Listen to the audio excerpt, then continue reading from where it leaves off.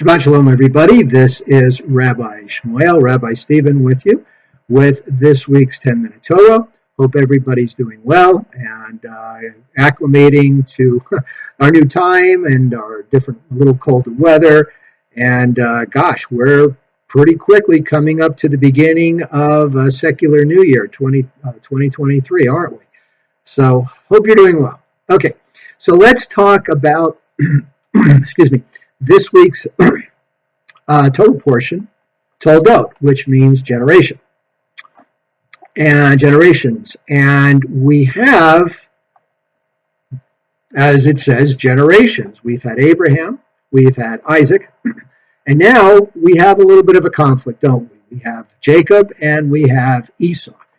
And maybe that's the wrong way to put it. Maybe we should say we have Esau and we have Jacob, since Esau is, even though they're fraternal twins, Esau was the older of the two.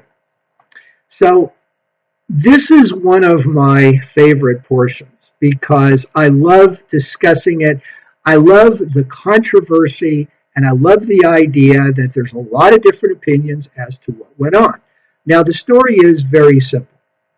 We have two sons that were born, and technically speaking, Esau, as the older of the two, according to the culture of the times, if you will, the mincha, the nusach, was entitled to the birthright. And the birthright here is not just the material possessions, because Abraham was very successful in his ventures. Isaac was very successful in his ventures. Excuse me. But there's a spiritual legacy that's beginning as well. Now, the Torah makes a very important distinction that Esau was a man of the field, Ish HaSedeh. By that we mean that he liked to hunt. He liked to hunt. He just liked to get he was a very aggressive person, right? He liked to take his bow and go out and kill game, which is actually another interesting discussion. We'll get to that in a second. Jacob is described as Ish Tam, a simple man, an innocent man, a man who liked to stay in tents. And that was kind of an allusion or a euphemism for the fact that Jacob liked to sit in his tent and study Torah. Now, we come upon this concept a lot. People say, well, wait a minute. How can he study Torah? There was no Torah yet. Actually, there's always been Torah, because what is Torah? It's not just a book. It's not just a chumash. Torah is God's teaching. God's teaching has been around always, since the beginning of time, maybe since the beginning before creation. And the Torah is really just writing it down, just like and it was basically at one point, think of it as an oral law. The same way the Talmud was sort of an oral law. It was the discussion that arose outside of the Torah, which is very sparing of facts sometimes, and in terms of the interpretation and application, we needed a lot of that commentary. It was really after the destruction of the Second Temple that the sages thought, we better write this stuff down. Who knows when we're going to get another temple? Things look pretty bleak. We want to preserve these ideas for posterity, and for future generations to make sure that everybody's on the same track. If you notice, in Judaism, there is only one Torah. That's it. Whether you're Orthodox, ultra-Orthodox, conservative, Reform, Reconstructionist, Renewal, whether you're a cultural Jew, whether you're a very observant Jew, there is one Torah. That's it. You walk into any synagogue in the world, anywhere in the world, there will be one Torah. Now, other religions have different holy books, Bibles, whatever, and some of them have different versions depending on their points of view.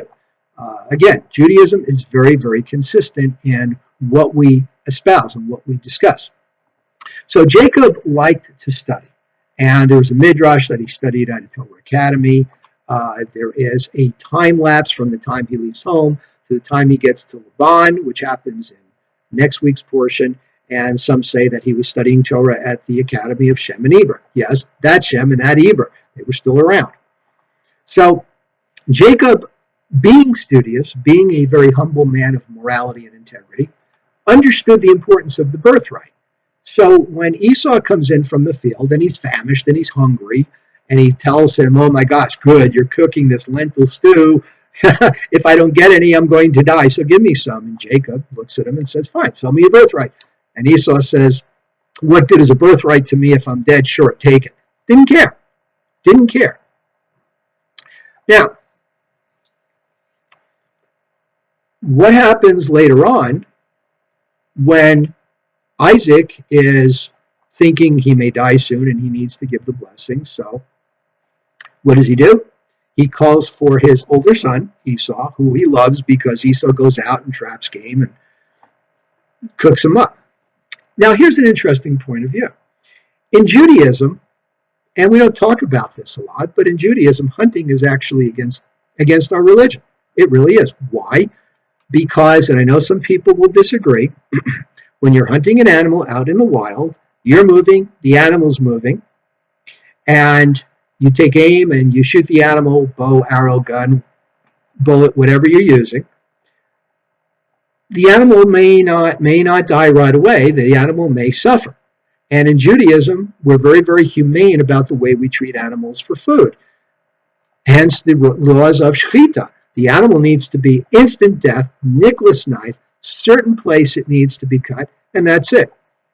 Somebody once told me and made the point that giraffes are kosher. We could actually eat giraffes. Why don't we? Well, it's quite a long neck. You go find the place where you do the shechita, right, where you do the cut, so that the giraffe dies instantly.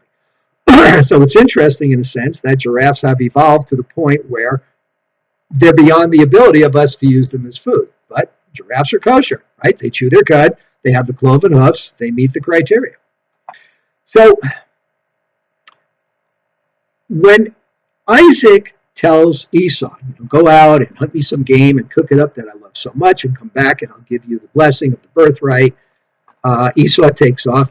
The commentary is that the instructions, read between the lines, or maybe it was said just not recorded in the Torah, because the Torah is sometimes very sparing of facts. The Torah only tells us what we need to know to get the point.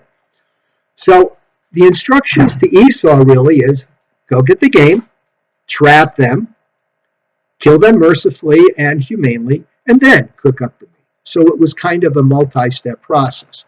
And again, that's just kind of reading between the lines, understanding that Isaac was a righteous person, a righteous man, who wanted to be humane to the animals in terms of using them as food.